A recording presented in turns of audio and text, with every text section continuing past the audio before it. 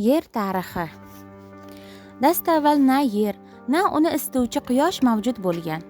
Markazida yorqin yulduzi, sayyoralari, tabiiy yo'ldoshlariga ega quyosh sistemasining o'zi ham bor yo'g'i 4567 milliard yoshda bo'lib, koinotdagi nisbatan yangi tuzilmalardan hisoblanadi.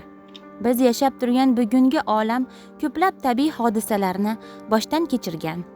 So'nggi hisob-kitoblarga ko'ra, sayyoramiz dunyoga kelishi uchun shart-sharoitlar ancha avval, taxminan 13,7 milliard yil muqaddam katta portlash sodir bo'lganidayoq hozirlab qo'yilgandi.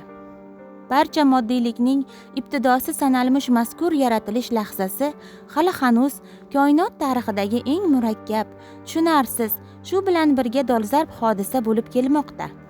Bu singulyarlik, yo'qlikdan borliqqa ko'chish hodisasi bo'lib, uni na zamonaviy ilm-fan, na matematik mantiq izohlab bera oladi. Mabodo koinotdan yaratuvchi Xudoning belgilarini topmoqchi bo'lsangiz, katta portlash eng maqbul boshlang'ich nuqta hisoblanadi. Ilk yorug'lik. Gravitatsiya samoviy obyektlarning shakllanishiga olib keladigan eng katta kuchdir. Vodorod atomi aslida bittagina, lekin bitta atomni olib 10 darajasi 60 marta kattalashtirsak, hosil bo'lgan atomlar g'aroyib jamoaviy tortishish kuchi orqali bir-biriga bosim o'tkaza boshlaydi. Gravitatsiya ularni umumiy markazga tortadi va ulkan bosimli yadroga ega bahaybat gaz shari yulduzni hosil qiladi. Ilk atomlar sanalmish vodorod, geliy va oz miqdordagi litiy paydo bo'lishi uchun ham 1,5 million yil talab qilingan. Tortishish kuchi ilk gazsimon elementlarni oq bulutsimon nebulalarga aylantirgach, ushbu nebulalar siqilib, ulardan dastlabki issiq, zich, cho'g'lanma yulduzlar vujudga kelgan. Bu jarayonning o'zi uchun yana million yillar kerak bo'lgan. Butun boshli sistemaning eng yirik massa ulushiga ega bo'lgan quyosh har sohada dominantlik qiladi.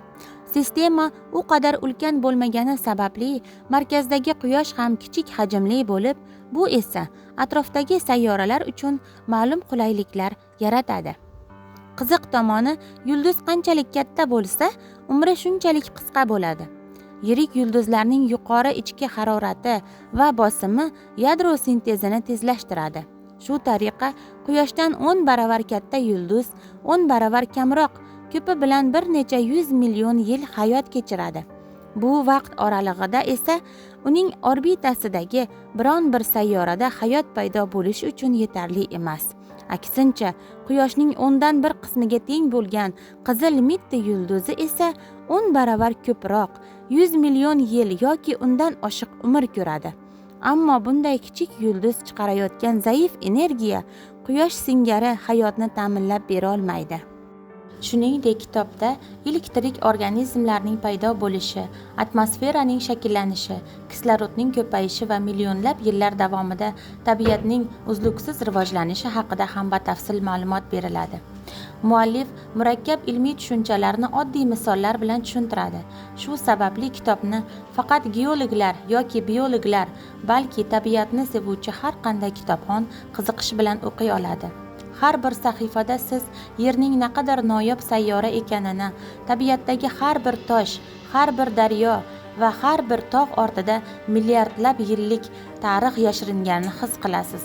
Bu kitob bizga bitta haqiqatni eslatadi. Inson yer tarixining juda kichik bir qismi, ammo uning kelajagi aynan bizning qo'limizda.